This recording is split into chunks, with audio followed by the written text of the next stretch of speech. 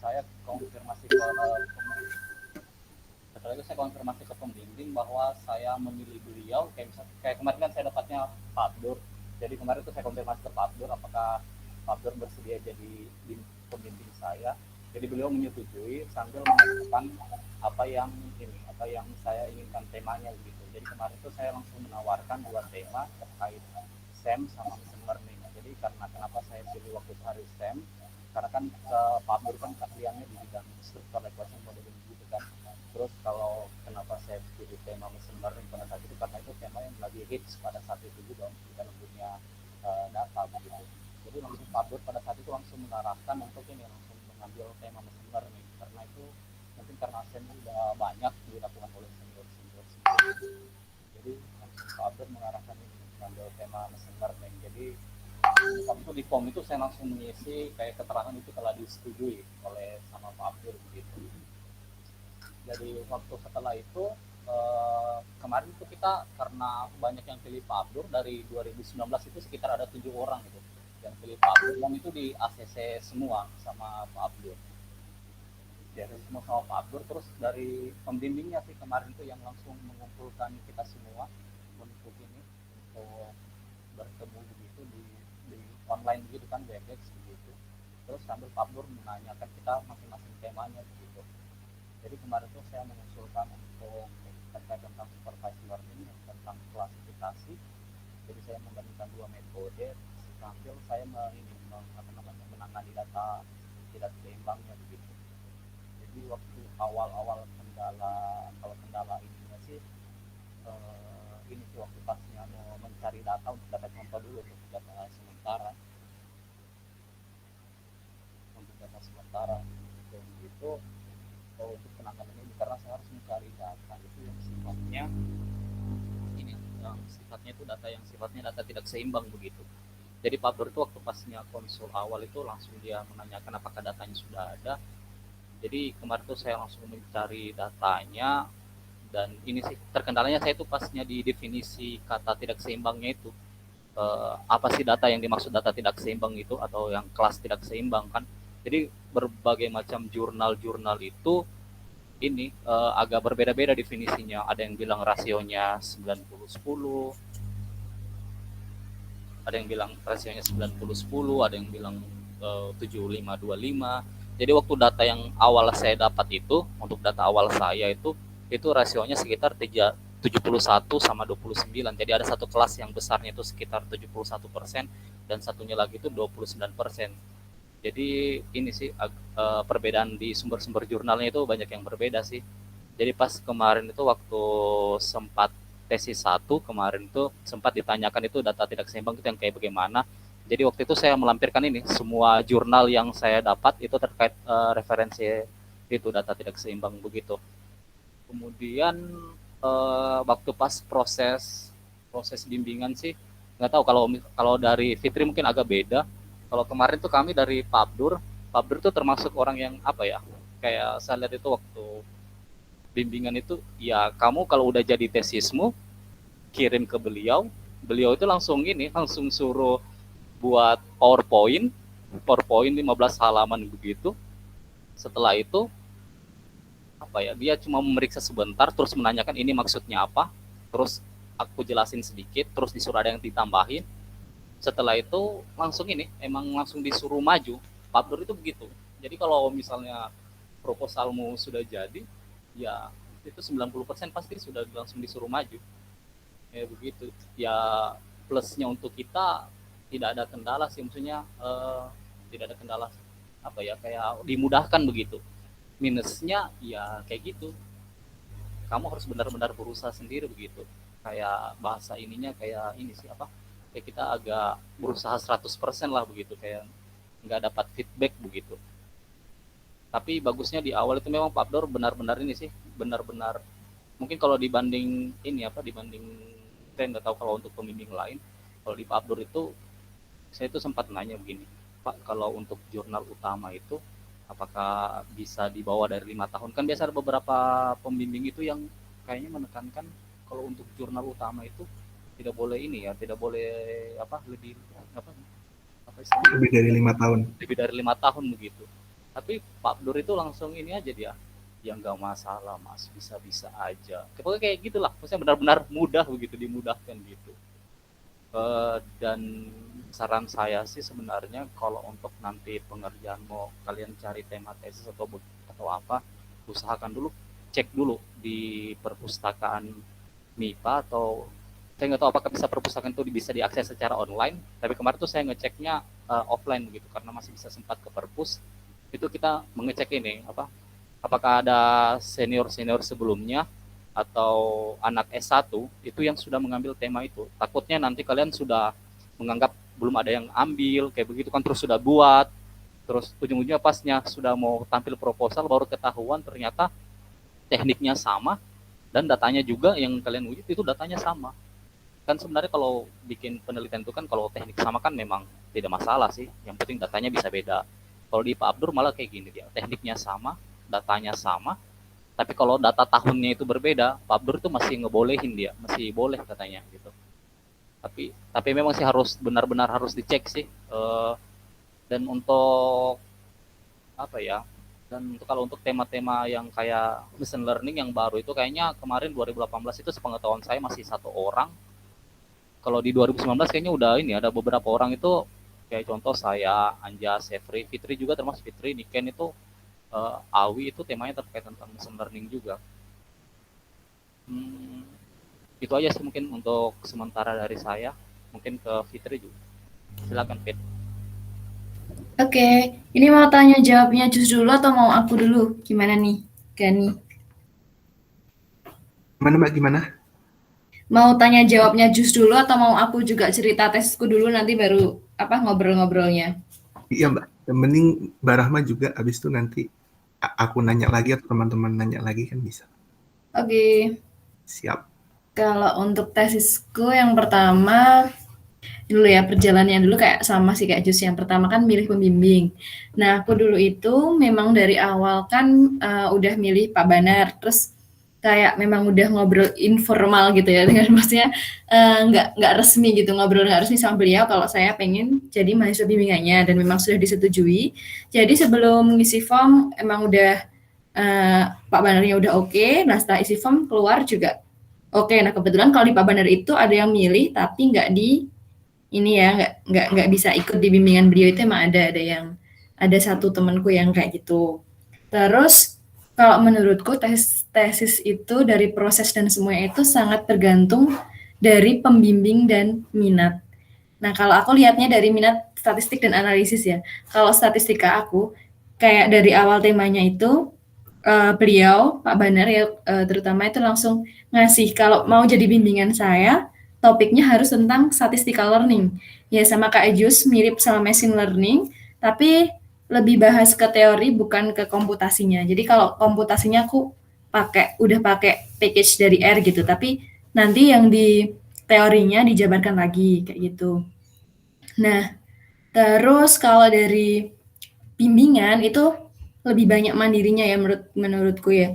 Jadi kayak jangan berekspektasi kayak dibantu banget atau gimana tuh nggak. Kalau misalkan nemu problem gitu-gitu, menurutku pembimbing itu lebih kayak nguji kita lebih dini gitu. Jadi kok kayak gini gitu. Nggak yang gimana ya? Nggak yang dituntun kalau ini solusinya ini tuh itu tuh enggak. Terus udah gitu, tapi secara keseluruhan sih kalau dari pembimbing saya nggak begitu soal revisi gitu-gitu, nggak begitu teliti, nggak begitu ketat, nggak begitu saklek gitu. Jadi udah kalau udah siap dari beliau oke, cuman revisi kayak mas sekali ya kemarin, terus udah bisa maju gitu. Kalau dari minat lain, minat analis itu saya lihatnya beda banget. Tapi mungkin ini juga akan kalian alami kalau dosen pembimbingnya juga beda, karakteristik dosen pembimbing masing-masing. Jadi kayak detail benar-benar ekspektasinya sangat tinggi gitu ya, kayak ini benar-benar harus detail, harus harus teliti gitu. Kayak perbandingannya tesisku tesis anak statistik mungkin 40-50 lembar, tesis satu udah cukup. Kalau tesisnya anak analisis tuh bisa, tesis satunya tuh bisa seratusan lembar, seratusan halaman kayak gitu. Kalau dari kendalanya kemarin Ya, aku sempat yang dibilang Jus itu bener banget, penting banget untuk ngecek yang di perpustakaan itu ada yang sama nggak dengan punya kita.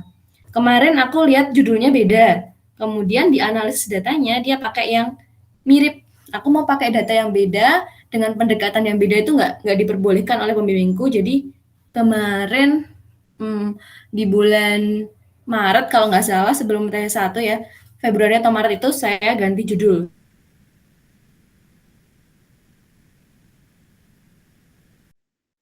Dikit cuman di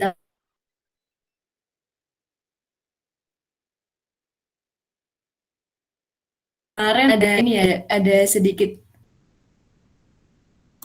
Putus-putus Mbak Rahma. masalah pribadi ya,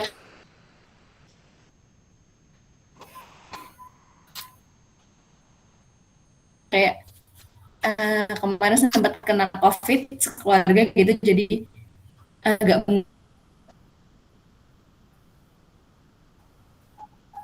mundur gitu. Terus kalau oh iya, sampai mana? Yang masalah pribadi ini udah belum, yang kendalanya masalah pribadi ini udah putus-putus. Kedengarannya sih tadi COVID. Iya Mbak, yang sekeluarga kena COVID tadi. Gitu Halo. kedengaran. Halo Mbak, halo.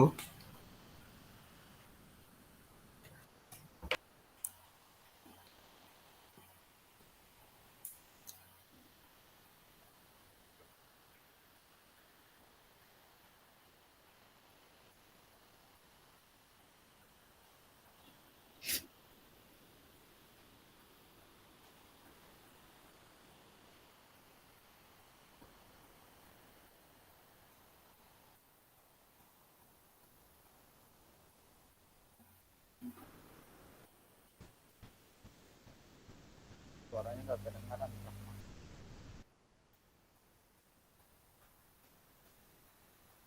Belum terdengar Mbak Rahma suaranya.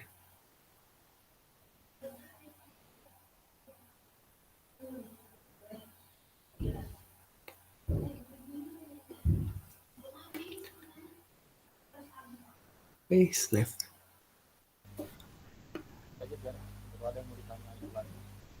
Suaramu Jus. Apa? Kurang jelas. Tadi jelas, sekarang balik lagi. Ini udah jelas kan? Ah, itu jelas. Minuman aja.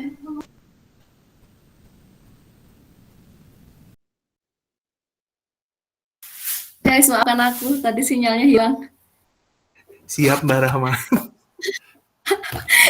Aku lanjutin. Iya, tadi kalau kendalanya itu ya, ada antisipasi kayak terjadi masa pribadi yang kena COVID itu dan sempat berhenti karena kebetulan ada keluargaku yang meninggal, jadi kayak aku sempat berhenti ngerjain itu 2 bulan. Nah, setelah itu untuk memulai lagi itu agak susah karena udah gimana ya, kayak udah meninggalkan lama gitu kayak Januari, Februari, ya kayak hampir 2,5 bulan itu aku baru mau mulai lagi. Jadi juga ini pengalaman buat teman-teman, kalau misalkan ngerjain tesis sebaiknya nggak usah nggak usah berhenti dulu gitu, langsung gas-gas aja gitu. Terus apa lagi ya? Untuk kendalanya juga kemarin sama bagian data sama Kak Jus sempat ada kendala. Jadi aku pakai datanya itu data dari luar negeri karena dia harus data yang tersensor dan kriteria itu nggak mudah gitu ya dicari di Indonesia data yang aku pakai. Tapi dosen pengujinya waktu itu Pak Abdur sama Pak Danar itu minta data yang harus dari Indonesia. Kemudian dari situ cari lagi data, kebetulan dapat punya tesisnya salah satu anak ITS. Nah, terus minta ke beliau gitu. Nah, alhamdulillahnya dikasih. Itu udah bisa pakai itu.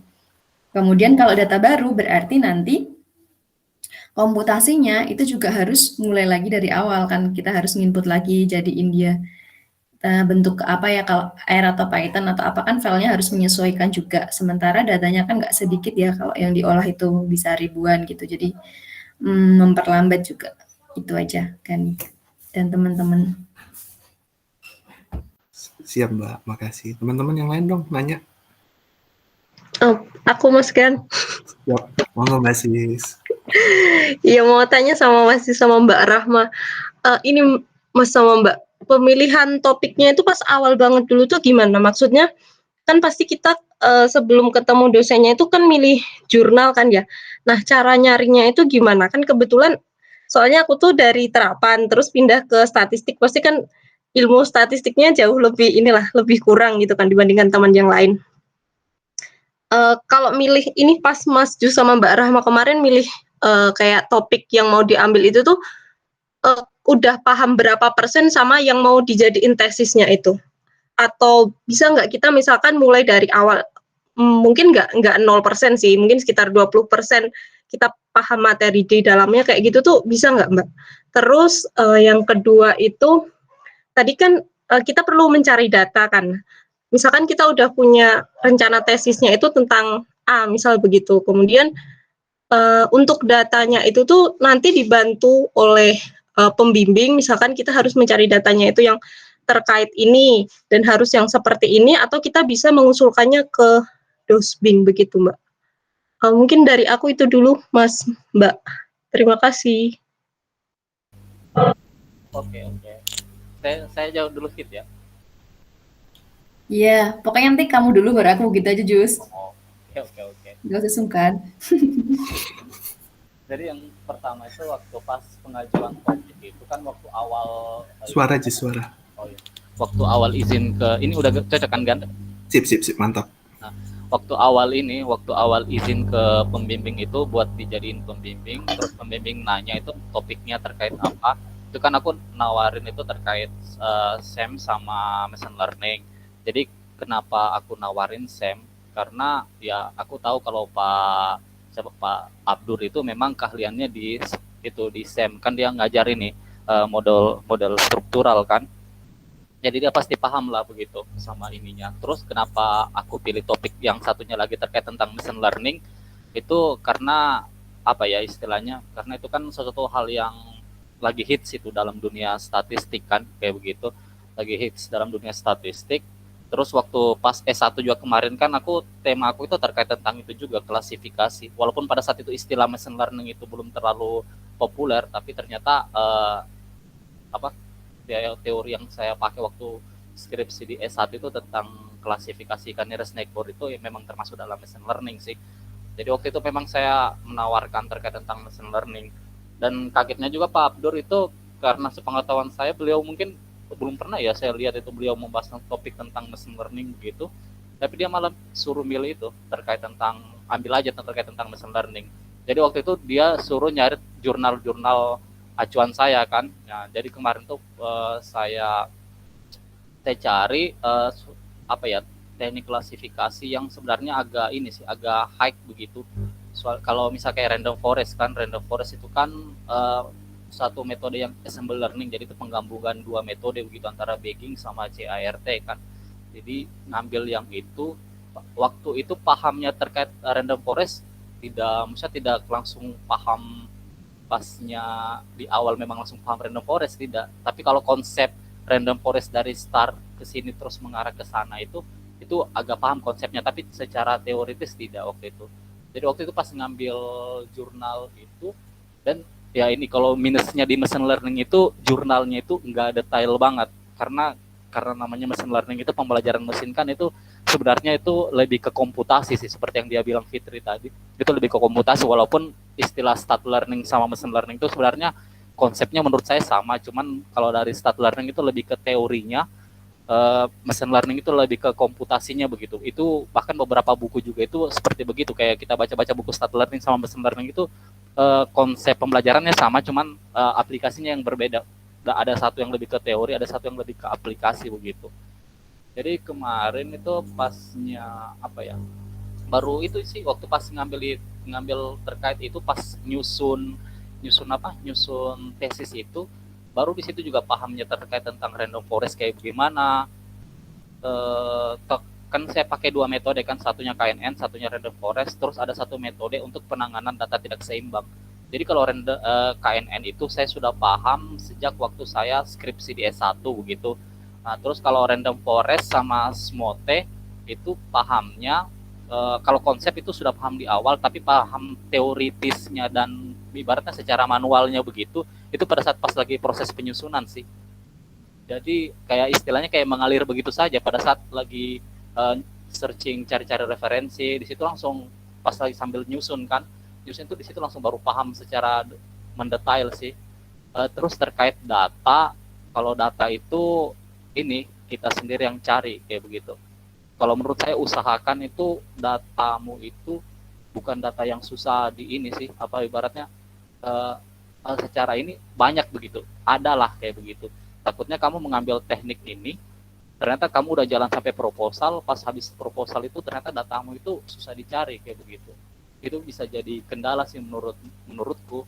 Kalau untuk data terkait machine learning kan sebenarnya ada beberapa situs yang banyak melampirkan data. Itu salah satunya itu Kaggle sama UC Repository. Itu ada dua tempat pengambilan data itu yang di situ banyak orang yang upload datanya. Jadi kalau untuk kasus-kasus machine learning itu tidak terlalu kesusahan sih. Kemarin tuh saya waktu pas proposal saya pakai data sementara begitu. Waktu ditanya sama pembimbing, kamu mengerjakan hasil penelitianmu ini sudah sampai mana?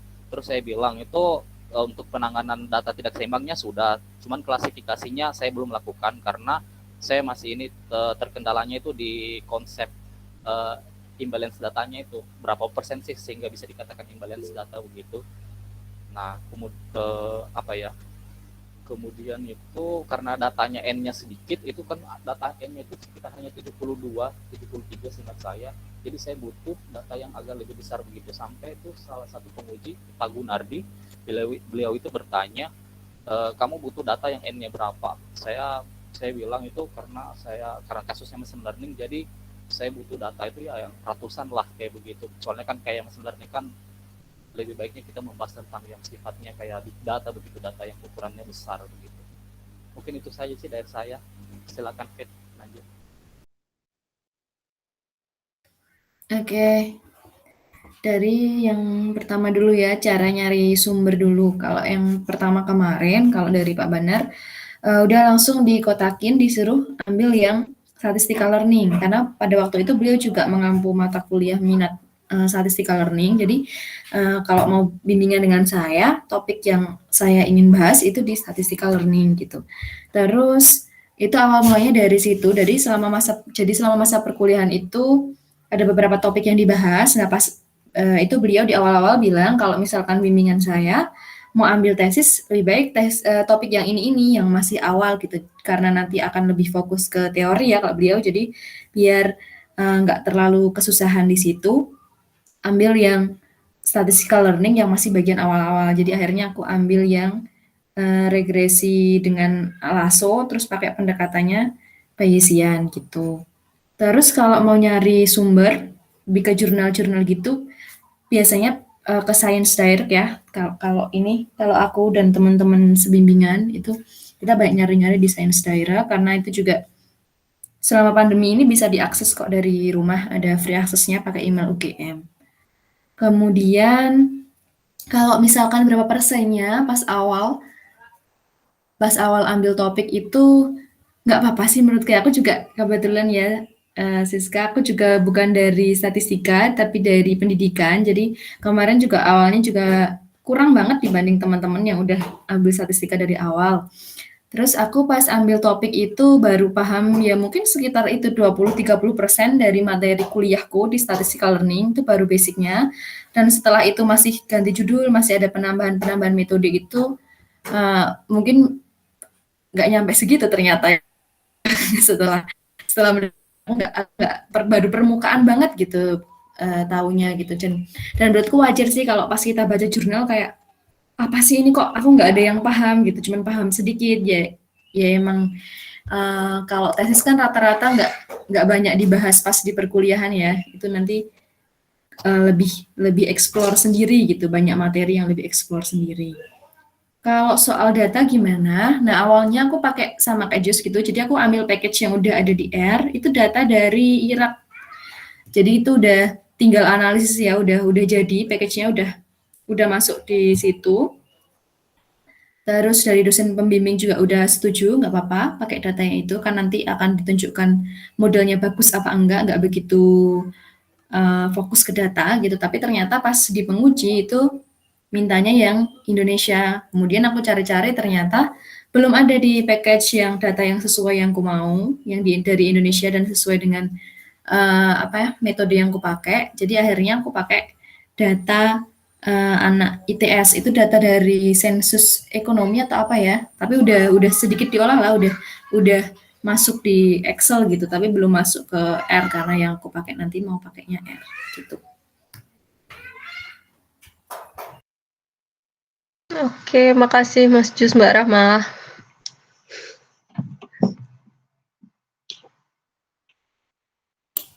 Halo Mas Jeffrey, akhirnya bergabung.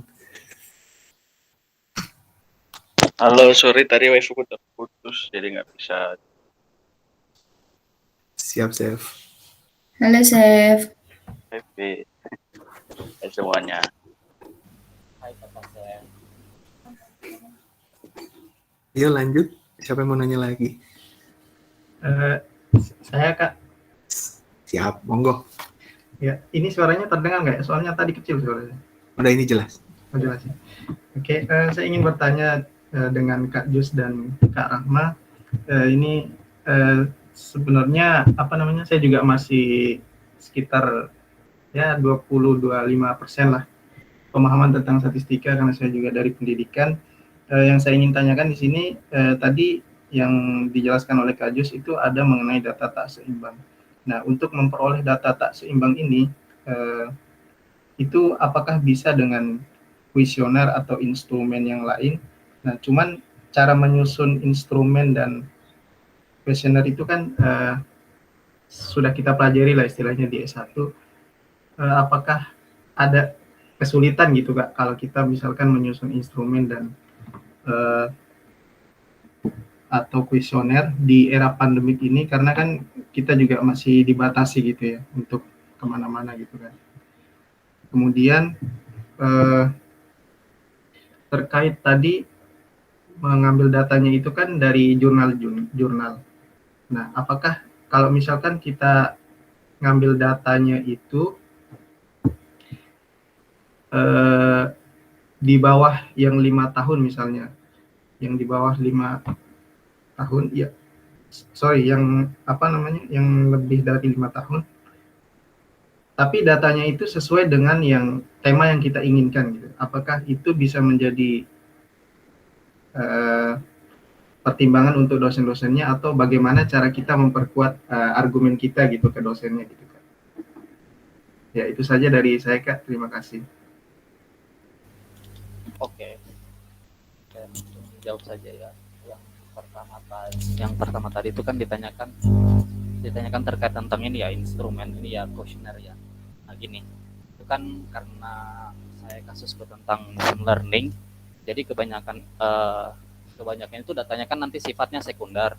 Kalau mengambil pakai kuesioner itu kan nanti kan sifatnya itu primer kan kalau data itu dari segi pengumpulannya itu kan ada yang itu dari segi sekunder dan primer. Nah, kalau data sekunder itu kan sifatnya data yang sudah ibaratnya sudah jadi begitu, baik segi adanya di instansi atau data yang kayak misalnya kita mengambil data di tesis itu kan, dan namanya itu data sekunder. Nah, terus yang ditanyakan tadi sama Gunawan itu datanya itu kan datanya primer.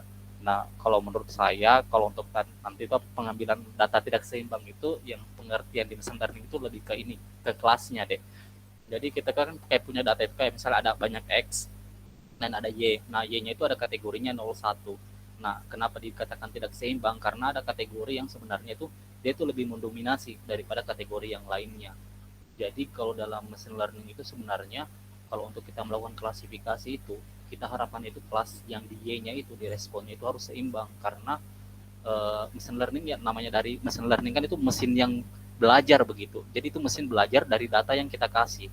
Jadi seandainya kayak misalnya ada satu kelas itu yang mendominasi dari misalnya kelas 0 itu lebih banyak mendominasi daripada kelas yang 1 kayak gitu. Jadi otomatis kalau kita melakukan prediksi otomatis itu ini apa, algoritma yang diingat oleh mesin tersebut itu lebih banyak merujuk nanti ke kelas nolnya. Jadi sebenarnya ada data baru, kita mau masukkan dalam model, dan ternyata model ini harusnya sebenarnya terklasifikasi di kelas pertama, kelas 1, nah malah terklasifikasinya di kelas 0 karena algoritma itu lebih banyak mengingat data-data yang ada di kelas 0 begitu. Jadi kayak kelas tidak seimbang itu maksudnya ke ini, ke variabel responnya, yang dimana itu dia sifatnya biner 0 1, dan itu ada satu kelas itu yang lebih mendominasi daripada kelas lainnya. Nah, terkait tadi itu yang tentang ini apa, penyusunan apa tadi itu, pengambilan data lewat kuesioner, kalau saran saya sih ini kalau misalnya ini kasus machine learning terus kita mengambil data via kuesioner, kan otomatis kita ketika kita rekap datanya kan datanya itu kan kita nggak tahu tuh apakah dia nanti sifatnya seimbang atau tidak seimbang kayak begitu. Jadi saran saya kalau untuk tesis alangkah lebih baik, ini saran saja, untuk mengambil data yang sifatnya itu sekunder saja. Jadi itu kamu bisa dapat di website, baik di apa Kaggle atau user repository atau di package.r atau mungkin di tesis-tesis yang sudah pernah dikerjakan sebelumnya, tapi dengan catatan metodemu itu berbeda kayak begitu.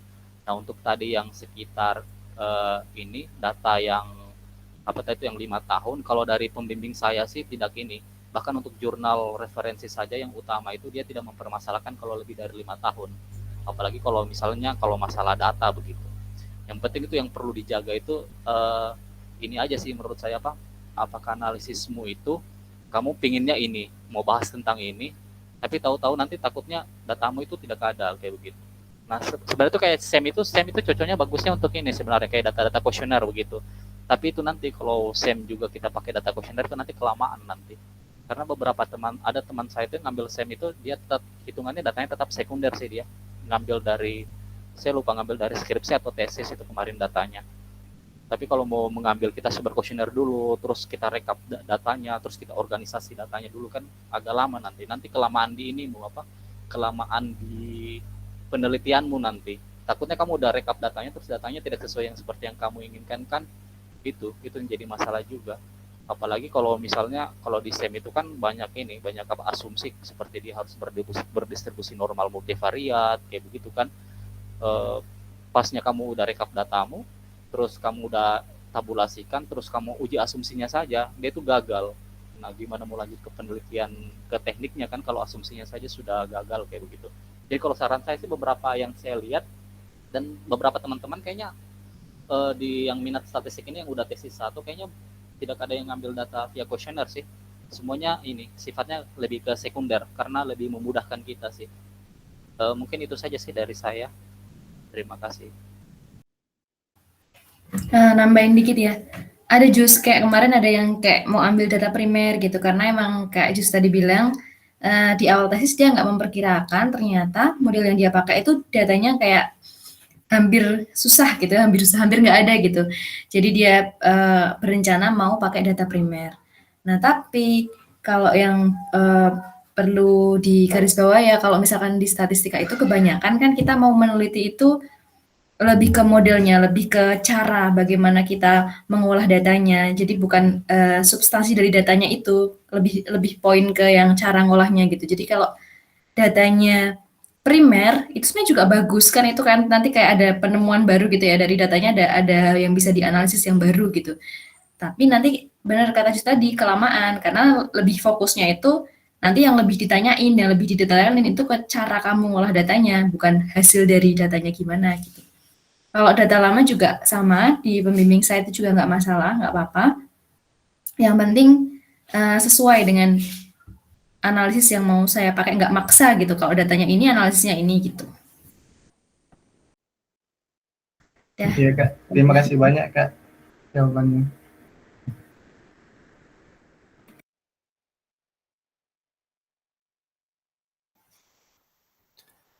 Oke, sebelum lanjut, kita tanya ke Mas Sefri dulu ya, karena tadi belum masuk. Sef, tadi sebelumnya kita udah nanya ke Mas Jus sama Rahma. Sekarang gantian coba deh, Sef, ceritain waktu kamu awal-awal kayak kami kan baru di masa tesis, kami bingung. Nah, perjalananmu waktu itu, pertama nyari topik, lalu komunikasi sama dosen, dan kendalanya saat nyari topik dan berkomunikasi dengan dosennya kalau ada? Oke, kalau aku sih baik.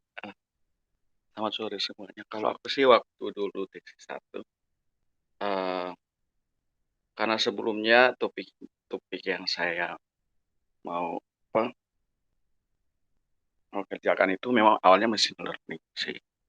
Jadi awal pada saat penentuan dosen pembimbing, karena ya mungkin apa kebutuhan kita juga kadang beda-beda ya. Mungkin kita pengen dosen yang ini, yang ini. Kalau aku awalnya jujur karena milih Pak Abdur karena pengen cepat seperti itu. Pengen cepat karena memang kalau sama Pak Abdur memang dibilang cepat, tapi kalau Pak Abdur kan kalau bisa dibilang tidak sepenuhnya ikut ambil bagian dalam penulisan kita. Jadi kalau ketika kita sudah ready, oke dia udah siap aja gitu. Paling kalau mau revisi juga sedikit. Nah, kalau saya awal mulanya itu pada saat penentuan dosen, setelah itu saya ajukan ya metode yang mau saya gunakan. Nah, sebelum saya ajukan itu, saya itu harus sudah pastikan apakah programnya sudah jadi atau belum, itu versi saya. Karena saya takut nanti pada saat sudah masuk karena sudah disetujui, ternyata programnya susah seperti itu. Karena saya juga punya pengalaman dengan teman saya juga yang satu bimbingan. Ya terakhir dia harus ganti metode karena programnya itu nggak jadi. Jadi sebelum saya ajukan itu saya sudah harus pastikan. Oh itu misalnya program yang saya gunakan kemarin R, oke program R-nya sudah jadi atau belum. Jadi saya tidak mau nanti pada saat sudah sudah fix, sudah kerja, ternyata di pertengahan jalan saya kewalahan dengan programnya seperti itu. Walaupun sebenarnya kalau untuk program sih itu kayaknya di tesis satu itu tidak terlalu ditanyakan sih kalau untuk program, karena kan kalau misalnya kita sudah punya tinggal running, intinya metodenya kita sudah tahu, pengerjaannya seperti apa, manualnya seperti apa, teori seperti apa, itu kita sudah tahu.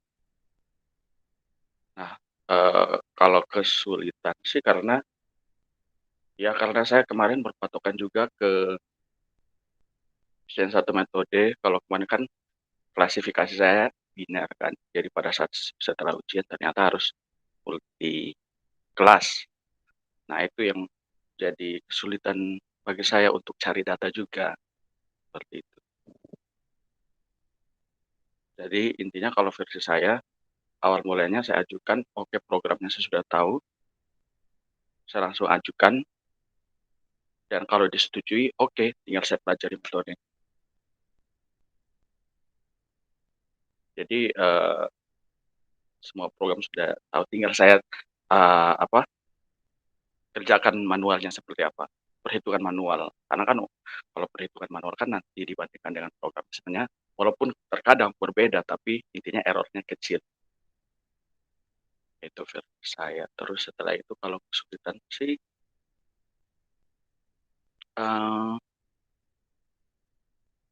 ya itu karena kalau bimbingan sama Pak Abdul, ya karena pengen cepat, ya udah. Kalau Abdul itu kadang tidak, kalau menurut saya tidak terlalu banyak membantu juga. Itu semuanya pure dari kita belajar. Setelah itu kesulitannya, kalau saya mungkin kesulitannya setelah ujian tesis 1, itu datanya itu harus data yang berbeda. Dan juga tadi sebelum itu kan tadi Gunawan juga nanya kayak datanya seperti apa ya. Saran sih kalau mau cari data itu, ya kalau mau kerja double, ya data primer. Tapi kalau dalam situasi pandemi kayak gini, data primer kan agak susah juga. Karena ada teman juga kemarin kesusahan dan kewalahan dengan data, karena pemilihan metodenya itu. Jadi, saran saya sih untuk teman-teman, statistik tuh, sebelum metodenya harus lihat juga, kira-kira model datanya ini seperti apa. Kalau datanya bisa kita peroleh semudah kayak di Kaggle atau apa, ya nggak apa-apa sih. Tapi kalau datanya kebanyakan harus butuh yang data primer, ya itu itu kan nanti kerja double.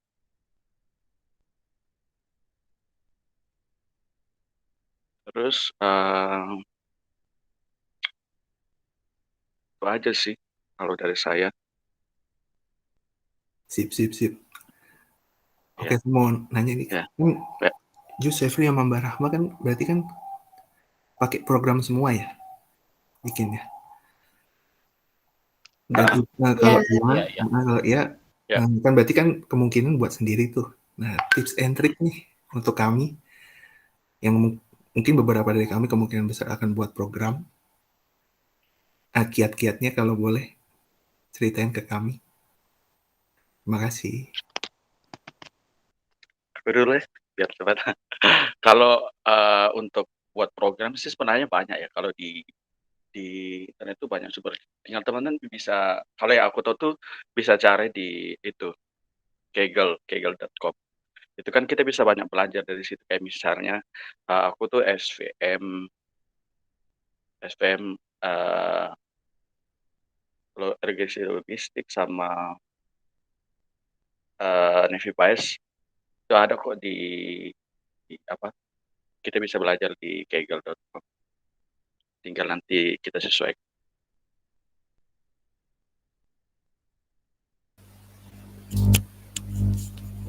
Kalau saya sih terkait masalah trik Suara. oh ya, terkait masalah trik-triknya itu sebenarnya kalau untuk kayak macam mesin learning itu kan sebenarnya untuk di R begitu itu udah banyak banget yang di kayak di YouTube, bahkan di YouTube itu ada. Hanya minusnya itu kadang kalau di YouTube itu algoritmanya itu kayak sudah benar-benar ini sebenarnya apa kayak macam benar-benar kayak sudah fix begitu. Jadi kalau ada data yang seperti ini, terus kita lakukan algoritma seperti yang di YouTube itu langsung cocok. Tapi ternyata ada kalau data yang lain, kita menggunakan algoritma yang di YouTube itu ternyata tidak cocok begitu. Jadi sebenarnya kalau referensinya itu diperbanyak saja. Nanti bukan cuma hanya di YouTube, tapi kayak misalnya di kayak di medium.com kalau nggak salah itu sudah banyak itu yang terkait tentang pengolahan data, tentang teknik-teknik klasifikasi begitu. Ini salah satu contoh pengalaman saja. Itu kayak misalnya ini bukan masalah tesis data tesis dulu ya yang saya pernah olah, ada terkait tentang sebelumnya itu saya mengambil algoritma yang dibuat di YouTube menggunakan data yang ini. Itu bisa running sampai conversion matrixnya begitu. Tapi ketika saya menggunakan data yang lain, ternyata itu menggunakan algoritma yang ada di YouTube dengan algoritma yang sama tadi, ternyata tidak bisa running sama sekali. Ternyata setelah saya cek ternyata itu kayak variabel responnya karena dia tipenya yes dan no, dan itu huruf dalam bentuk Excel itu kan yes no begitu. Ternyata pas masuk di ini itu saya harus konversi dulu ke ininya dari data yang apa istilahnya itu kayak yang data huruf begitu, jadi langsung dia data yang dalam bentuk ini faktor begitu. Jadi ada sebenarnya banyak hal-hal yang sebenarnya itu kita harus mesti jeli sih, karena tidak semua yang di YouTube itu karena mereka kan sudah ibaratnya yang mereka tampilkan kan mereka sudah running running duluan kan. Nah, kalau belum tentu itu sesuai dengan data kita juga. Jadi ada beberapa hal yang mesti diperhatikan. Nah, kemarin saya itu yang agak ini kemarin jeleknya saya itu pada saat ini penanganan data tidak seimbangnya itu. Karena kemarin saya sempat mengikuti sebuah ini ya apa kayak macam webinar begitu. Itu kan saya tertariknya ambil penanganan data tidak seimbang itu karena dari webinar tersebut. Nah, saya melihat algoritma R yang dia gunakan itu pakai package apa itu DF, saya lupa package apa namanya itu. Nah, setelah saya mau melakukan penanganan data saya terhadap pakai package itu udah tidak tersedia lagi. Akhirnya saya bingung, waduh, sementara yang di kemarin yang dipresentasikan pakai package ini. Jadi ya udah saya cari-cari lagi, searching lagi di internet, ternyata pakai package lain kayak macam Smote Family kayak begitu. Dan itu saya otak-atik kemudian dan alhamdulillah langsung jadi begitu.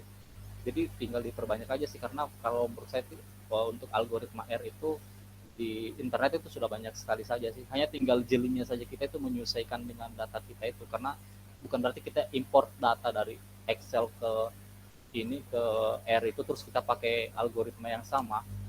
Itu bisa langsung running seperti yang sudah bisa kayak ada di YouTube begitu, langsung running dengan mudahnya kan. Pas di kita itu boleh jadi gagal kayak begitu. Tinggal kejeliannya aja sih kita sih menurut saya yang perlu kita referensinya diperbanyak saja sih. Kayak kalau di Indonesia itu kayaknya kalau nggak salah medium.com itu udah banyak ini terkait tentang machine learning, algoritma R itu sudah banyak. Itu saja sih kalau dari saya. Oke. Kalau dari saya, kalau untuk ini ya, program ya, kalau misalkan basicnya kayak yang bikin plot gitu-gitu ya, itu emang harus dipelajari gitu kan, harus dipelajari dasar-dasarnya dulu. Kemudian untuk yang orang yang nggak begitu suka dan nggak begitu bisa menggunakan program seperti saya milih tesisnya itu di jurnal, kan mengacu pada jurnal. Nah, di jurnal itu disertakan suatu package yang dibuat oleh penulis jurnal tersebut gitu. Jadi ketika saya cari, saya download, saya aplikasikan di R versi saya, ketika saya simulasikan data itu bisa gitu. Nah, saya milih yang kayak gitu. Jadi itu akan lebih menghemat waktu, lebih menghemat proses tesis kita, karena yang utamanya, analisis utamanya itu udah ada package-nya. Nanti untuk yang lain kayak yang bikin plotnya atau misalkan analisis awalnya dan lain-lain itu memang tetap harus menguasai basic-basicnya gitu. Itu juga sesuai sama teman-teman tadi, itu bisa banget kalau yang basic-basic bisa dipelajari di YouTube, di internet itu udah banyak. Kemudian juga pengalaman ya, ini juga teman saya ada yang dia itu lama tesisnya, sebenarnya teorinya udah jadi, tapi karena di programnya itu kesusahan, kebetulan ambilnya yang ANN, Artificial Neural Network itu. Jadi dari awal milih juga tahu keunggulan dan kelemahan kita. Kalau memang teman-teman mungkin jago di coding, ya nggak masalah ya, misalkan mau pakai komputasi yang rumit. Tapi kalau misalkan yang belum terlalu menguasai, dilihat dulu juga kira-kira nanti gimana programnya itu bisa kita jalankan atau enggak. Jangan sampai kayak kata Sefri, udah selesai di tesis satunya, ternyata terhambat di programnya. Dan program itu kan kita nggak bisa di program studi kita itu kan nggak begitu fokus ke situ ya, kita nggak bisa kayak nyari referensi banyak dari yang udah, tapi bisanya kok teman saya kemarin tuh sampai nanya-nanya ke yang anak-anak IT, anak-anak Ilkom gitu. Itu aja dari saya. Terima kasih. Siap, makasih Mas Jus, Mbak Rahma, Mas Sefri. Yang lain nanya? Lanjut.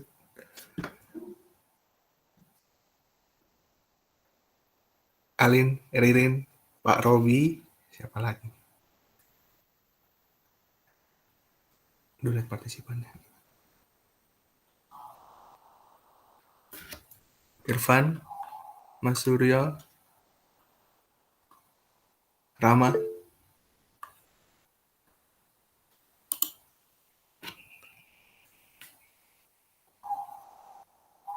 Ada yang mau nanya lagi nggak?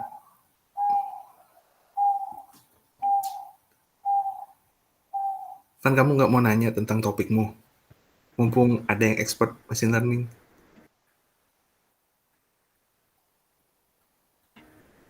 Ini boleh nanya tentang kuliah juga kan ya? Tentang ngambil-ngambil. Boleh. Sikat. Boleh. Soalnya masih banyak kita belum nih Kak. Apa namanya?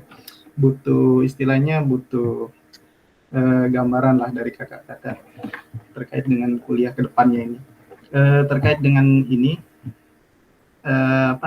mata kuliah untuk semester 3 ini kan lebih banyak mata kuliah pilihan yang kita ambil ya Kak. Kalau misalkan sudah lulus semua yang mata minat wajibnya sama minat statistikanya. Nah, kalau misalkan di semester 4 misalnya, di semester 4 itu kita mau ngambil istilahnya memperdalam ilmu lagi gitu terkait dengan minat statistikanya, apakah dibolehkan atau lebih baik ngambil yang pilihan untuk tambahan ilmu pengetahuan atau bagaimana ya Kak? Mohon pendapatnya dari Kak Sefri, Kak Rahma sama Kak Jus. Mungkin itu dulu yang saya ingin tanyakan.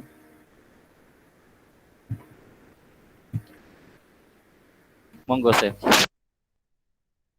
Boleh-boleh. Kalau aku sih boleh-boleh aja, karena kan semester ini juga semester 4 kemarin kita juga ada beberapa yang mungkin ngambil mata kuliah ya kadang kita pengen ngambil mata kuliah yang mungkin nilai kalau dari aku sih yang ngambil mata kuliah yang biar bisa nanti memperbaiki nilai yang sebelumnya, mungkin kayak di sebelumnya mata kuliah pilihan yang mungkin nilainya belum memuaskan, bisa ambil mata kuliah di semester 4 yang mungkin bisa mengganti mata kuliah tersebut, supaya bisa menaikkan EP misalnya.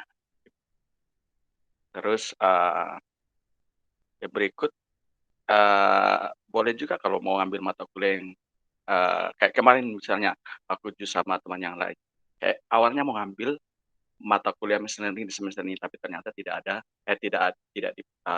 di program di semester ini.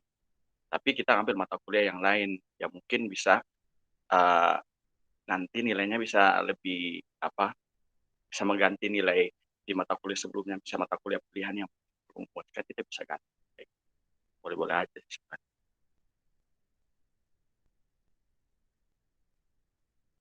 Kalau aku, eee, segitu. Teman-teman yang lain? Kalau saya itu kalau diambil mata kuliah di semester 4, ambil saja karena Suaranya Jus, Suaramu Jus nggak kalau misalnya mengambil mata kuliah di semester 4, menurut saya ya ambil saja sih, karena agak sia-sia juga sih menurut saya kalau nggak ngambil mata kuliah di semester 4, apalagi kayak tas series sebelumnya, kayak misalnya ada nilai yang kita mau up begitu, mau perbaiki, terus karena ada juga satu, mungkin kan kita kan di UGM itu kan, matematika UGM kan diperbolehkan menghapus satu mata kuliah begitu. Jadi mungkin ada yang kita rasa jelek mata kuliahnya, jelek nilainya begitu, pengen kita hapus, jadi kita bisa ganti di ini. Tapi hapusnya nanti pasnya terakhir, di pas tutup teori kalau nggak salah itu. Jadi kita bisa memprogram mata kuliah lain lagi untuk untuk menutupi nilai yang itu, yang persiapannya juga kita akan hapus sih. Kalau untuk saya ini tambahan aja sih. Ini kan di semester 3 itu kalian kan nanti ada beberapa mata kuliah yang ditawarkan begitu, kayak macam ADK, model struktural, terus machine learning juga kan ada di semester ganjil kan. Nah, kemarin itu di semester 3, waktu itu beberapa teman itu kita pinginnya ngambil machine learning. Hanya kemarin itu bertabrakan sama ini analisis. Jadi sementara kita itu yang pingin ngambil machine learning, semuanya pada ngulang analisis di semester 3. Jadi akhirnya kemarin tuh pas machine learning itu tidak jadi kita ambil waktu itu. Akhirnya beberapa orang itu mengalihkan itu untuk mengambil komputasi statistika terapan itu. Irfan, kalau nggak salah tuh 2020 yang cuma ngambil itu Irfan kalau nggak salah, Comstater itu. Kalau menurut saya, kalau misalnya nanti semester depan ini dan kayaknya masih online juga, untuk angkatan 2020 mungkin saya sarankan mungkin ngambilnya itu mata kuliah machine learning. Kalau saya dengar-dengar kayaknya Pak Banar yang nanti yang mau ngajarin mata kuliah machine learning. Jadi ini sih menurut saya, karena kita kan setelah selesai dari kuliah itu kan kita kan jadi beratnya mungkin cenderungnya kita kan jadi dosen gitu. Nah, untuk memperbesar peluangnya kita jadi untuk dosen itu, kalau menurut saya itu ngambil machine learning itu memperbesar peluang kita untuk jadi dosen, karena sekarang kan itu ada beberapa program studi di Indonesia itu sekarang itu buka yang namanya prodi namanya sains data begitu. Jadi salah satu penunjang portofolionya kalian juga kalau misalnya sudah ngambil kuliah machine learning kan, pas dilihat transkrip nilainya kalian, oh kalian pernah mengampu mata kuliah machine learning, dan itu akan menurut saya akan menjadi penunjang portofolionya kalian juga. Sebenarnya saya juga nggak tahu ini masuk semester 5, bayar juga lagi UKT, kayaknya sedang berpikir nih mau ngambil machine learning atau enggak, buat ini sih, buat menunjang portofolio saya juga. Karena ini kayaknya sudah lebih dari 10 itu program studi di Indonesia itu sekarang sudah ada prodi sains datanya juga. Dan itu kan sains data itu kan kayak keilmuan yang jadi rebutan begitu, apakah dia lebih cenderung ke mat dan stat atau lebih kecenderung sama anak ilkom. Kan anak ilkom sekarang ilmu komputer, teknik informatika, sistem informasi itu sekarang kan paling sering banget membahas masalah sains data begitu. Jadi kalau misalnya teman-teman dari S2 matematika di transkrip nilainya ada mata kuliah machine learning begitu, itu kan menurut saya itu salah satu penunjang portofolio kalian tuh buat melamar dosen nanti ke depannya begitu. Itu aja sih menurut saya. Fitri bisa tambahin. Oke, Jus bentar. Jadi kalau Pak Banar ngampu machine learning, apa kabar statistical learning, Jus? Mata kuliah semester 3? Masih ada nggak? Nggak tahu, kata Gani katanya kemarin ini Pak Banar mau ngajar machine learning. Kan kemarin tuh kan kalau semester 3 kalau machine learningnya buka, yang ngajar itu ini apa? Pak Prof. Pak Dedi. Pak Dedi. Tapi kata Gani kayaknya Pak Banar yang mau Kata ngajar. Gani. Pak Banar nggak start learning kan? Jadi ceritanya itu yang diinfoin itu Pak Siska. Oh Katanya gitu. gitu. Ya nggak Mbak Sis? Sorry ya Mbak Sis, si Jus yang mulai itu. Harusnya Mas Gani aja. Bener kan? Iya, kata beliau kayaknya ini deh. Kata beliau kemarin tuh pas sekalian nginfoin apa terkait hasil ujian itu, beliau mengampu ini yang minat, kata kuliah minat itu start learning sama machine learning, Mbak. Begitu kata beliau. Oh, padahal itu mirip banget ya, kayak yang dipelajari itu hampir sama menurut saya. Jadi kalau Iya, start learning sama banget malah. Sama banget ya, Jus ya. Nah, kurang tahu soalnya kemarin Pak Banar bilang, oh temennya kalau ada yang tertarik disuruh masuk ke kelas saya aja gitu. Iya. Selama Pak Banar ambil. Iya itu recommended sih ya, bener kata Jus tadi, aku nambahin aja ya. Kalau yang mata kuliah start learning, machine learning itu penting banget karena itu kan berkaitan sama yang lagi tren di dunia saat ini gitu, jadi berguna banget. Nah, kebetulan nih aku tim yang nggak ambil matkul di semester 4. Kalau teman-teman itu menurutku tergantung timeline-nya ya, kayak timeline mau lulusnya itu kapan gitu. Mungkin kalau yang pengen lulus Januari gitu ya, atau Februari ada loh angkatan 2018 kemarinnya 1,5 tahun gitu kan. Mungkin bisa dipertimbangkan untuk semester 4 itu udah free mata kuliah ngambil. Nah, tapi sisi negatifnya kalau nggak ngambil, kayak aku ya, ini aku curhat juga, kalau nggak ngambil itu nanti kayak merasa gini, udah kuliahnya online, nggak ngampus, nggak ngambil matkul, itu kayak jadi mau buka tentang kuliah lagi, itu kayak males-malesan gitu. Kan udah ada kehidupan lain gitu ya, jadi kayak mau balik lagi ke tesis, ngerjain apa yang statistik gitu kayak udah mager gitu. Tapi ya tergantung timeline, balik lagi ke timeline kalian. Ini apa target lulusnya itu mau kapan? Kalau misalkan mau di antara semester 3 sampai 4 ya katakan bulan Januari sampai Juli, itu ya lebih baik semester 4-nya dikosongin karena nanti kan harus pas yudisium kan udah harus selesai semua mata kuliah ya. Tapi kalau mau santai aja misalnya ya realistis aja gitu ya 4 semester gitu, ngambil juga nggak masalah sih menurut saya. Karena untuk lulus di semester 4 emang butuh perjuangan yang aku sendiri nggak tahu ya karena aku nggak bisa gitu. Kayaknya yang kulihat itu teman-teman yang lulus di semester 4 yang Januari itu emang udah nggak main-main sih, emang udah dari awal semester 3 itu udah siap banget gitu materi-materi tesisnya gitu. Makasih. Iya Kak, terima kasih banyak jawabannya. Ini boleh lanjut nanya nggak Kak? Lanjut aja Gunawan. Boleh. Nggak ada yang mau nanya kayaknya. Santai aja, nggak usah formal moderator. Biar seru-seru gitulah gitu. Mumpung ada kakak yang ngasih pencerahan. Terkait dengan ini Kak, kita kan katanya dituntut untuk jurnal dan tesis itu sama presentasinya nanti itu pakai latex kalau nggak salah ya Kak, pakai latex. Nah ini kan kita kalau saya sih alhamdulillah dari S1 sudah dipelajari latex, kebetulan dosen dari alumni UGM juga yang ngajar latex kemarin. Nah ini kan kita kan walaupun di S1 sudah dipelajari tapi kan nggak terlalu mendalam gitu. Nah apakah nanti di mata kuliah ke depannya di semester 3 atau semester 4 ada nggak yang membahas secara detail mengenai latex ini Kak? Ya, mungkin itu dulu Kak yang saya tanya. Mau jawab?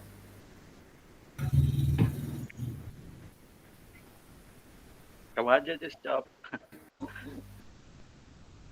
Oke. Just suaramu nggak Oh ya. Tunggu. Pertama kalau mata kuliah yang membahas masalah latex gitu secara detail kayaknya nggak ada deh. Cuman kalau mata kuliah yang menggunakan latex kan ada beberapa begitu. Kayak Anmul ya, Jus. Anmol. Itu Anmol model linear itu regresi semi parametrik itu Lebih par. Statmat Itu- satu. Statmat 1 sebenarnya itu lebih didominasi ini sih sama yang ini apa sama yang di almarhum sama Prof ini Prof Ibu Sri begitu.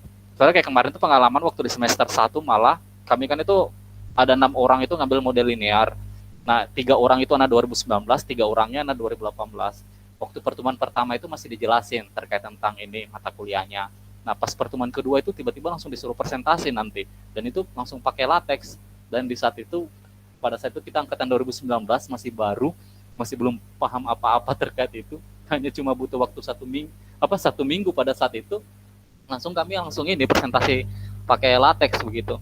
Jadi karena dari model linear pas semester 1 itu jadi sudah mulai saya, Chevro itu sama Anjas itu kita sudah mulai terbiasa pakai latex.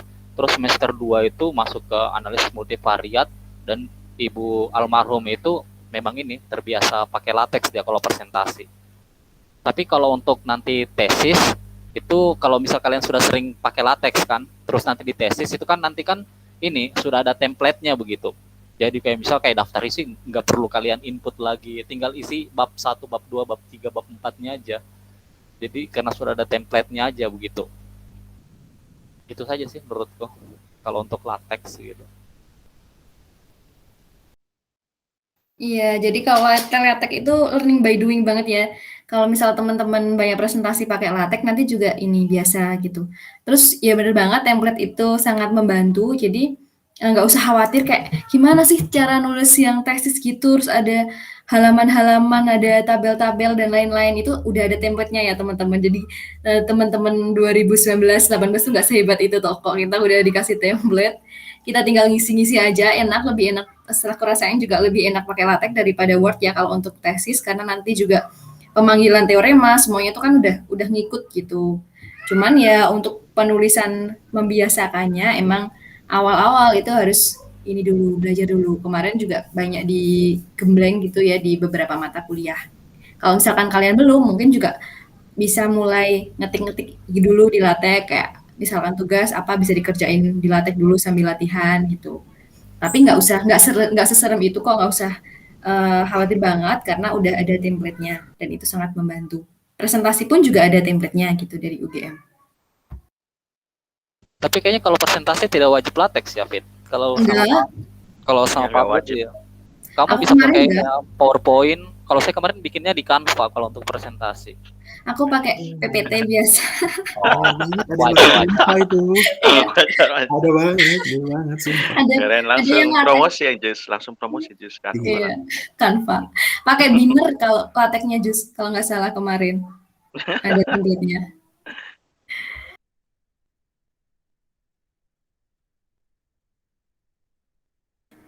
Oh iya Kak, terima kasih Kak. Lanjut, ada yang mau nanya lagi nggak, guys? Gunawan udah, kayaknya masih banyak yang mau ditanya. Sedang memikirkan pertanyaan. Teman-teman yang lain nggak ada? Asal jangan nanya analisis ya, kan. Sudahlah, Sudah patah hati ya Kak. sudahlah Jus. Enggak, kayaknya Gani nggak patah hati dong. Enggak dong. Analisisnya Kalau udah ngalahin Jus itu, udah tenang Mbak Rahma. Asem.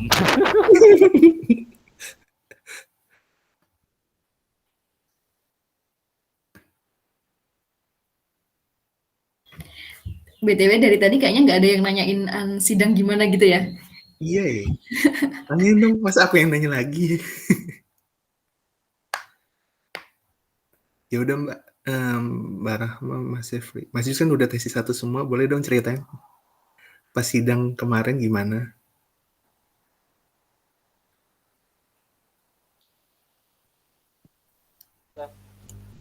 Urutannya Kalau aku, Chef oh, ini, ya. Jus, aku gitu Chef. Nah, siap-siap. Kamu dulu, Chef. Kalau aku sih kemarin karena sebenarnya agak lucu juga sih karena waktu pas ujian Aku awalnya tuh,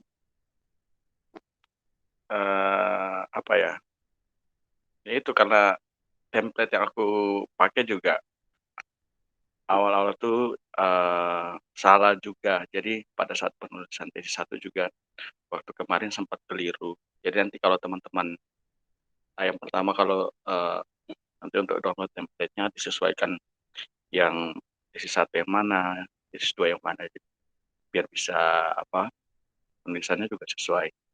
Kalau aku awal-awal awal-awal ujian itu aku sebenarnya pas masuk ujian itu ditanya, "Kamu ini tesis 1 atau tesis 2?" Karena waktu itu memang koordinasi dengan Pak Abdur memang kurang juga karena,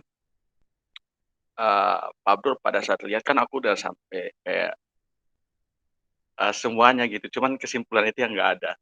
Bab 1, bab 2, bab 3, bab 4 itu udah kayak seolah-olah kayak itu udah tesis banget itu, padahal kan, sebenarnya itu tidak bab 4 itu nggak ada. Jadi ada tapi kayak cuman apa, sementara aja ya, kayak pembahasan sementara. Terus mengenai ujian sih, ya tentunya, teman-teman harus pahami juga metodenya. Jadi kadang mungkin kita terlalu fokus dengan program, malah kita kewalahan pada saat pertanyaan dari tim penguji, seperti itu. Terus, itu, jadi, kalau kata Pak Abdul sih matematikanya itu dikuatin. Jadi nanti teman-teman misalnya kalau kayak, eee, ujian maksudnya sudah selesai itu jangan terlalu fokus dengan program dan, kayak hasil, tapi teman-teman juga harus kuasai juga metodenya seperti apa, terus, dari latar belakangnya seperti apa, ya itu. Karena kan pasti akan ada banyak pertanyaan-pertanyaan eee, yang muncul. Terus setelah itu, ya sebenarnya kalau menurutku pertanyaannya juga sama kayak dulu. Pertanyaan tidak jauh beda seperti dulu, teman-teman di S1. Nah, untuk setelah itu yang nanti pada saat revisi itu yang teman-teman harus perhatikan juga karena kan ada pada saat ketemu misalnya ada penguji yang, eee, cepat revisinya, ada penguji yang kita WA juga kayaknya sebulan juga nggak pernah bales kayak gitu. Jadi teman-teman juga harus sabar dan kayak kejar terus lah kalau misalnya kayak ketemu penguji yang balasnya itu kayaknya 2 minggu baru bisa balas atau apa, atau mungkin karena sibuk seperti itu. Ya teman-teman kejar terus kalau pengen cepat selesai, kejar terus. Terus kalau untuk masalah, yang pertanyaan-pertanyaan di ujian tesis 1 sebenarnya sama aja sih kayak dulu S1. Pertanyaan-pertanyaan itu tidak jauh beda kayak mengenai data, latar belakang, terus pemahaman kita tentang metode tersebut sih. Ya dari aku.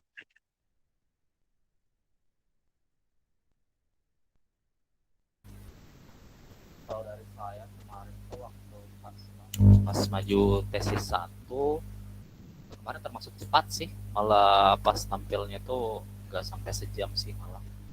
Kemarin tuh pertanyaan-pertanyaan itu yang muncul lebih ke ini sih, ke konsep penelitian, konsep metode, tapi untuk metode secara manual misalnya kayak random forest itu kalau manualnya cara kerjanya bagaimana, terus kayak KNN itu tidak ditanyakan malah kemarin tuh kayak misalnya salah satu penguji itu menanyakan kayak dia lebih tertarik ke ini, ke masalah data tidak seimbang begitu kan, terus saya menjelaskan konsep SMOTE begitu kalau untuk penanganan data tidak seimbangnya itu kayak bagaimana, terus berbagai macam referensi-referensi yang saya ambil terkait tentang pengertian data tidak seimbang itu rasionya lebih berapa persen ke berapa persen kayak begitu.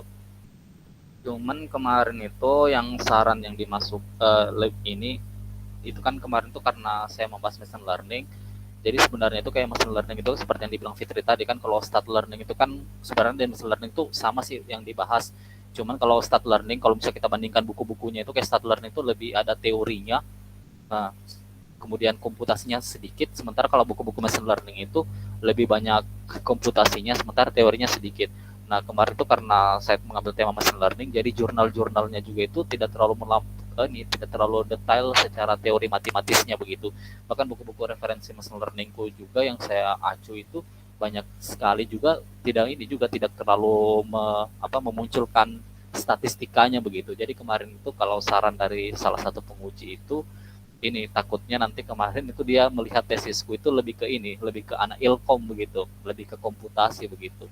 Jadi dia menyuruh saya itu kayak kembalikan ruh statistikanya gitu kan, misalnya kamu kan diminat statistik gitu, jadi jangan sampai kamu buat tesis itu lebih ke ilkom, nanti takutnya tidak ada bedanya terkait dengan anak ilkom begitu.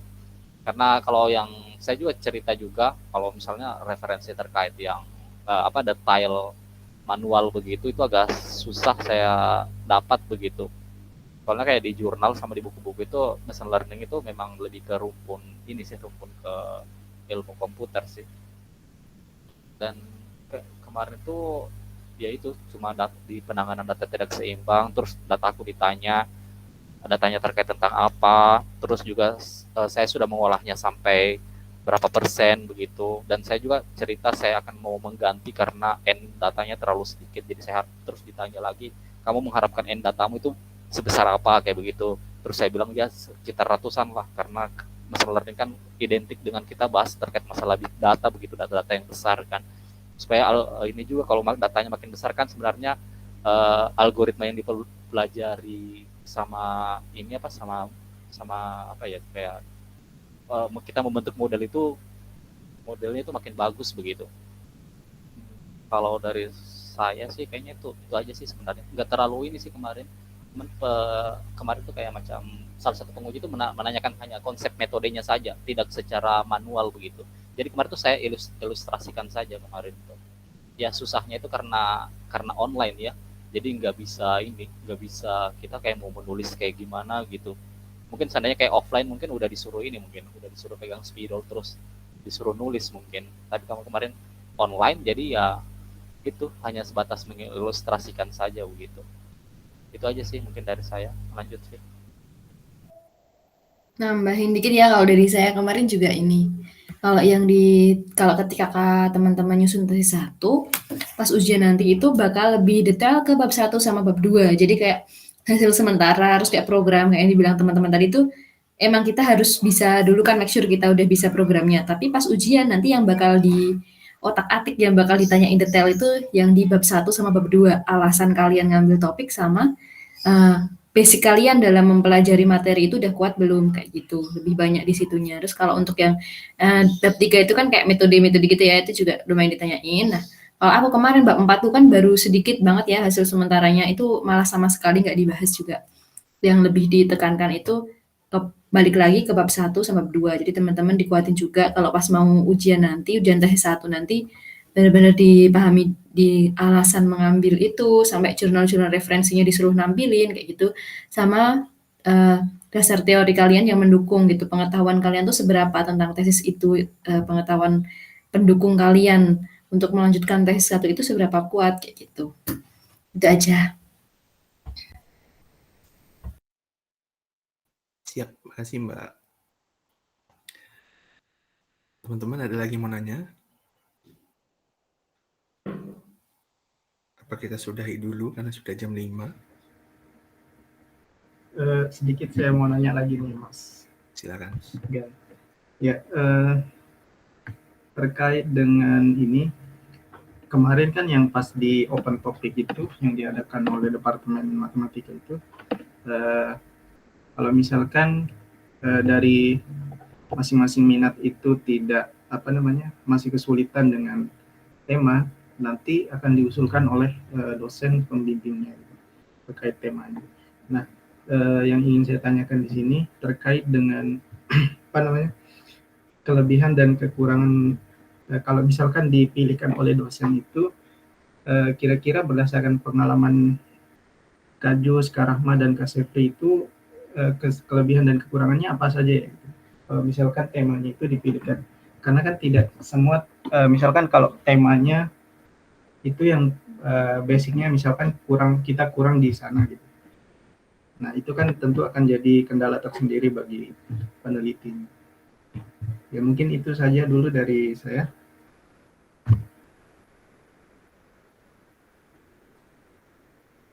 Terkait pertanyaannya. Monggo saya.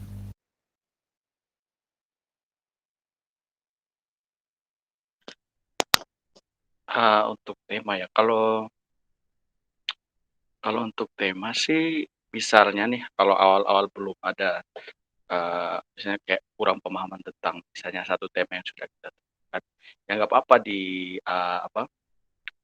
ditulis dulu sambil dipelajari metodenya, karena kan nanti seiring berjalannya waktu kan tinggal kita konsultasikan dengan dosen pembimbing apakah nanti berubah atau tidak. Kalau pengalaman kemarin, karena kemarin lebih fokus ke machine learning, jadi kekurangan pasti ada, tapi karena pengen langsung ke sana, jadi tidak perlu waktu yang lama untuk bisa memahami. Tapi kalau misalnya teman-teman masih waduh, saya mau metode apa, atau misalnya temanya apa, nggak apa-apa misalnya teman-teman tahu tema apa yang mungkin masih dalam proses pembelajaran, tulis aja di situ. Kan pasti ada tuh di daftar yang dibagikan sama Pak Wira tuh. Tidak apa-apa ditulis aja, nanti sambil berjalan teman-teman pelajari dulu. Kalau memang pada akhirnya ternyata sulit, kan itu nanti bisa dikonsultasikan ke dosen.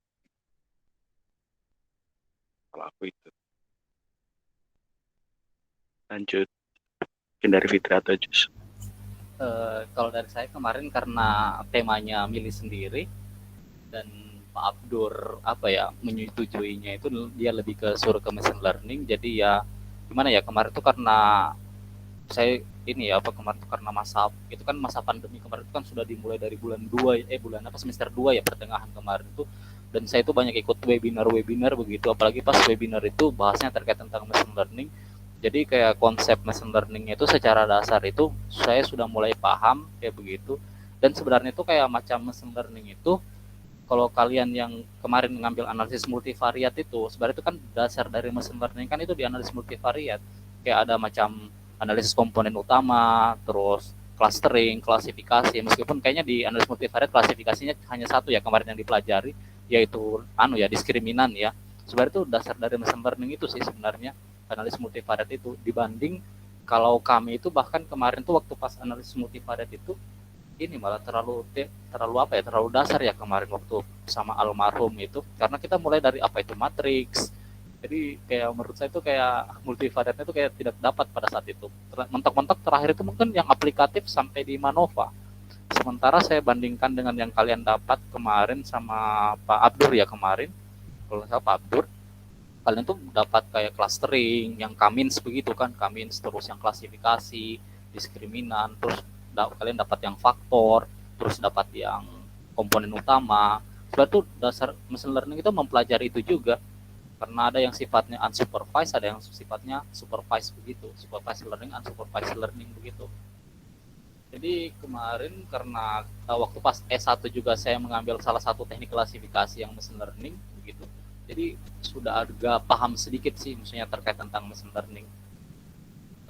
Saya takutnya begini, kalau saya mengasih tema yang sebenarnya saya pada saat itu tidak paham, itu malah menghambat saya untuk memperlama mungkin. Kalau misalnya belajar sih bisa, cuman hanya kan lebih bagus kita mengasih tema yang dalam tanda kutip itu mungkin secara konsep sedikit kita sudah bisa paham begitu, dibanding kita yang benar-benar harus belajar dari awal lagi kayak begitu. Bisa sih belajar dari awal, hanya mungkin lebih ke durasi sih lama studinya nanti. Takutnya kayak begitu menurut saya. Dan kenapa kemarin juga saya mengajukan SEM waktu itu, karena waktu pas semester 3 itu saya ngambil ini juga model struktural begitu kan. Jadi sembari itu juga mempelajari terkait tentang SEM begitu. Itu saja sih mungkin dari saya. Silakan Fit. Oke, masuk ya. Kebetulan aku itu banget ya, jadi aku topiknya dipilihkan oleh dosen, dan itu aku waktu awal juga agak shock karena itu beda banget sama yang ingin aku kerjakan gitu. Jadi awalnya itu kan aku ingin ke regresi spasial, ke GWR ya, Geographically Weighted Regression itu. Kemudian dari Pak Banar dari awal udah bilang kalau bimbingan saya nanti harus ke statistical learning gitu. Terus kemudian saya juga awalnya gimana ini ya, kayak harus belajar dari nol lagi gitu. Tapi ya udahlah nggak apa-apa. Nah ternyata nanti setelah saya belajar tentang statistical learning, itu ada juga yang subbab tentang regresi, dan itu cukup awal gitu. Akhirnya saya ambil irisannya, jadi masih berbau statistical learning, tapi juga sesuai dengan minat saya yang awal, yaitu ada unsur-unsur regresinya.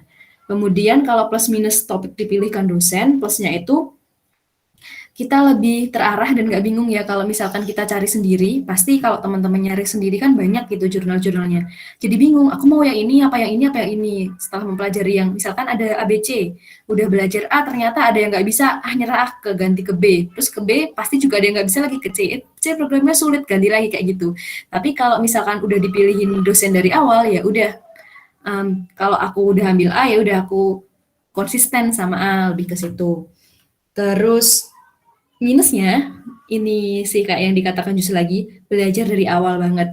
Dan mungkin itu materi yang kita asing dan kita kayak menghindar gitu, kita nggak suka gitu. Kayak awalnya machine learning tuh apa sih? Kayak aku dengernya ada aja udah ngeri kan, kayak program-program gitu. Sementara aku basicnya nggak ada sama sekali tentang program-program gitu. Tapi setelah dipelajari, ya nanti semoga kalau misalkan kalian ambil topik yang dipilihkan dosen, kalian juga bisa ambil irisan, yang mana topik itu juga ada basic yang kalian sukai, tapi juga bisa memenuhi ekspektasi dari dosen pembimbingnya. Itu aja kalau dari saya. Baik Kak, terima kasih banyak jawabannya. Oke, makasih Mas Jus, Mas Jeffrey, Mbak Rahma. Karena udah jam 5 nih, jam 5.08. Kayaknya baiknya kita akhiri aja ya guys ya. Siap, sepakat. Oke. Sekali lagi makasih ya Mas Jus, Mas Jeffrey, Mbak Rahma. Terima kasih sharingnya. Jadi kami tahu setidaknya persiapan untuk mengawali tesis kami. Sama-sama, selamat memulai tesis. Sama-sama. Semoga lancar. Semangat ya, semangat. Semangat. Jangan cepat-cepat ya. Yang dulu ya, ingat itu. Harus cepat-cepat lah. Jangan cepat-cepat, nanti bisanya bareng nanti. Nanti bareng wisuda. Yang 11 juta. Mahal. Mengingat ada dosen yang bikin patah hati, jadi harus cepat-cepat. Waduh, hati. Aduh. Iya Kak, terima kasih banyak atas sharingnya. Sangat bermanfaat sekali. Sama-sama, semoga bisa membantu. Aku izin live duluan ya. Siap Mbak. Ya, makasih Mbak, Mas. Oke semuanya. Iya Kak. Monggo live Selamat duluan. sore.